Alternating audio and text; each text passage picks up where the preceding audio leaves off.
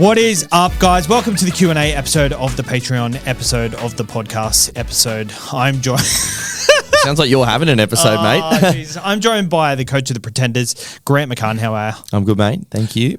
We have one question here in the Patreon chat. Obviously, people are still yet to decide what their teams are, or they're doing so well that... They don't need our help. So we'll go over this one question. I think there's another one in the WhatsApp chat as well. So we've got some things to talk about. Ibrahim says, I have 4 trades left and 250K in the bank. Ranked in the top 1K, 737th. Would you hold trades for injuries and pod plays for later rounds, or use 2 trades for Cleary and Hudson and leave 2 emergencies? Team is Brayley and Crossland, Mayhas Tarpanay, Kikau, Katoa, Kalamatangi, Talakai, Gaima, Bradley, Hughes, Hines, Munster, Boyd, Herbie, Garrick, Markey, Karaz, Lomax, Purdue, Teddy, Drinky, Flex is JC. Ooh, it's an interesting one. Obviously Cleary's not named, so that is happy to leave there. I'd hold trades. Like 4 trades is 1 less than I have. I wouldn't be forcing a trade to go someone to Hudson Young, unless it's if it is Dylan Lucas you're trading out, then I'm all for it. Because you've probably got to make that trade eventually anyway. Yep. But the Cleary when you've already got Hughes, Hines. I've only got 1 trade more than you, so I can't really speak because I'm probably in a similar position where I like Cleary a lot more than these guys. Yeah. But I also have Daly Cherry Evans in my side. Yeah. Hughes and Hines, you could probably get away with it. Yeah, no, you definitely can. And it's just a question of how long can you stomach not owning Nath for? I think that's an individual question, right? Like, I would like to have him right now. Obviously, he's out this week, but I would like to have him then next week, immediately. But I haven't decided whether that's going to be the case for my side, because having those 2 guys it's a pretty good problem to have at the moment. They're both playing. Hughes, outside of his couple of injury games, has been fantastic this year. 1 injury game where he finished early, and the 1 sickness game where no one knew, but he was in hospital all week. He's played out of his mind outside of that. He's not quite as good as last year, but it's a bit hard when you don't get quite as much ball when Munster's playing. Yeah, I don't think you have to rush. Would I do trades? If I had the Lucas side, yeah, I think that's fair, because whilst you probably do want to hold trades, you don't have to. This is one thing that people don't get in their heads. You don't have to sell someone just because they're out for the season at this point. You can actually wait until the right moment to use that. Like, you can still sell, and it might still be Lucas, but it might be 2 or 3 weeks from now, like I was talking about in the main podcast. 2 weeks or 3 weeks from now, you could sell him for, instead of thinking I'll get Huddy right now, could get Britton Nickera. And in 3 weeks, Britton Nickera runs you through the head-to-head finals. You've still got your 4 trades or 3 trades. You haven't really used any. And suddenly you're closer to the end of the year with 3 trades. You're in a bit more of an attacking position. You're not kind of sitting there, because the theory behind that is, okay, you might leave a couple of points on the table, but his team sounds pretty good to me. Ibrahim's side's pretty good. Yeah. If you sell to get Nickera now, and then you can only play him for, you play him for 1 or 2 weeks, and then he gets injured, you got to use another trade by your methodology to get him out and get someone else in. Whereas if you just wait and see the lay of the land, I think your side sounds good enough to run for a week or 2 and worry about it then. That's what I'd be doing. It's funny. I actually had this similar situation last year when I traded in Haas. He was quite popularly traded in the week I got him, and I was like, it's the right time to get him. He got injured that week, and I had to go to Tarpanay the next week anyway. So I was in a situation then where front row, I kind of needed a front row. Yeah, you only had one. Yeah, that's fair. So I knew it was... I was a bit annoyed that I just didn't go Tarpanay in the first place, but you can't foresee these things. No. But at the same time, if you're in a position where the sit versus starts are really hard as it is, maybe you can wait a week or 2, because say you went to a Hudson Young and Hudson Young got injured next week, you would be really... You'd be kicking yourself because you forced the trade. You would want to play Hudson I get what he's saying. Like, Hudson would immediately become a starter in his side. It's not an issue with that. The question is, if you brought Hudson in this week and he just plays a pretty decent game, gets 80, who are you dropping for him? A guy that might get 65 or 70 or might even outscore him this week? Like, you probably don't stand to gain quite as many points as you think you do. And that's where I would would come from. And I'll tell you what it comes down to. The end of the year when you have no trades left to cover an injury, that 15 points that you gained this week You lose 60. will be 65 in the last week. Well, if you got to run 15 in the last round, like some people tend to do every year, you lose 2 full spots or 3 full spots. I'm all for having no trades prior to the end of the year, round 27. Like, I feel like that could be inevitable for most people, but the longer you can delay it, that's what it is. The longer you help yourself, give yourself every opportunity. You might have depth now, but it might become so shot at the end of the season. And that's the thing, right? If you feel like you're selecting from sort of, let's call it 18 guys right now. You've got 18 guns and then you've got maybe a Ramian and maybe one other, maybe a Hosky and a Ramian, right? And that's your full 20-man squad that you've got in your unique scenario here.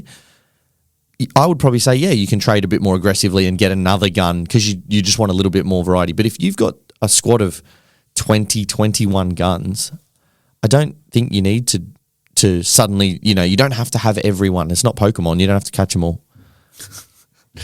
No, that's just how I view it, right? You don't have to have every single guy.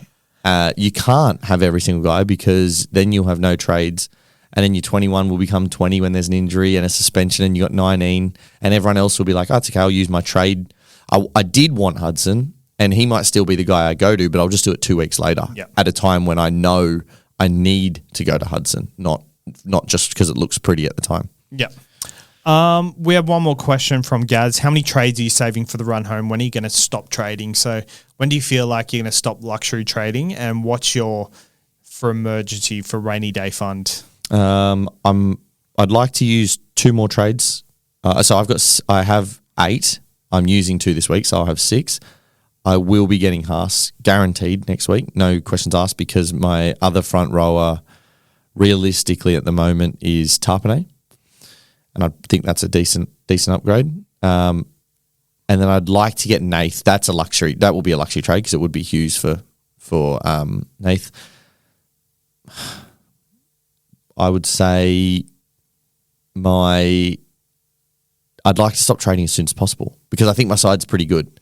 I think it's in a position where I've got enough really good depth players. I've probably got a squad of 20, but when I get Haas, I'll probably have 21 what I would consider guns, and that means I've got to leave out 3 of them a week anyway.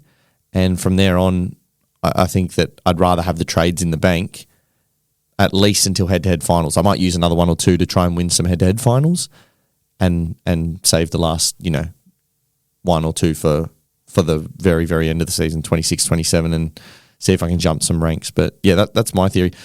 As Sav said just a minute ago, you're not saving a trade. Yeah. You're just pushing it back a week or 2 if you don't have to have that guy right then and there. That's all it is. It's a simple one like that. And you know what? If you don't use it this week, then so someone who actually has saved trades earlier in the year, say you've got 5 trades left, someone else has got 7, you're thinking, geez, they're in a good spot. If you save the trades and they use it in they 2 can go weeks, past you're in you. the same That's position. exactly right. And they're going to be doing that because they're going to go, I've got 7. Yeah, exactly. I'll trade hard. And then all of a sudden, you've still got a pretty similar quality. You just got to your squad a little quicker than they did. And now you pull the brakes on it. And just with the amount of depth we have and amount of sit versus starts, which is such a pain to do at the moment, I'm honestly also not seeing must-have guys who I'm scared of for this part. We talked about that with Hudson, right? Sorry, like we talked about that just then with Hudson. Like I don't think he should scare us, but he's not. But he's not really scaring you, right? Like I don't think Cleary scares me. Does anyone scare you at all? Just Herbie would probably be the one person who would scare me. Yeah, he's scary. Yeah, he's pretty scary. But he's 915K. But would you nearly just spend it because he's that one guy? Yeah, I mean, yeah. But again, even then, like I could probably, if I'd gotten to this point, I could probably just sit through another score this week, get through his bye, and then look at him ready for head-to-head finals or something. You know what I mean? Like, yeah. I mean, he does scare me this week. And he could easily knock out another 120, no dramas. But it's at the point now where I think that my guys aren't that far off him, the guys that I'm sitting and starting. Like, all it would take is them to score this week and him not to score, which might be unlikely statistically, but it's still like these things happen all the time.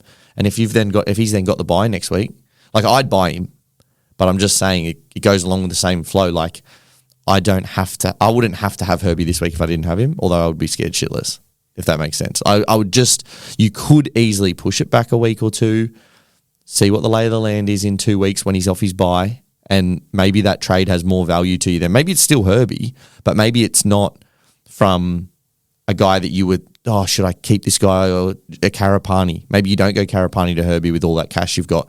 Maybe in 2 weeks, Kiraz has succumbed to an injury, and then you go, thank God I held Karapani because now he's a great play for me for the rest of the year. Whereas I would have now had a dead Kiraz on the bench as well. Like that's the theory anyway. But yeah, Herbie's probably as close as it gets to scaring me right now. Yep, that's fair.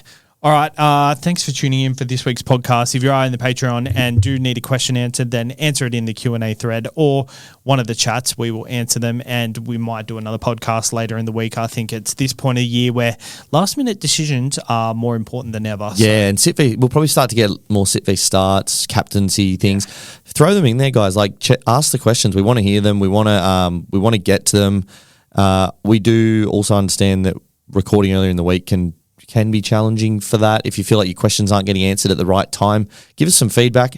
But as you know, we are also happy to jump in and answer the question, your questions in the chats. Doesn't have to be on the podcast, but that's what we're here to do. So hopefully it helps. Yeah, 100%. All right. Thank you for tuning in, and we'll see you next week.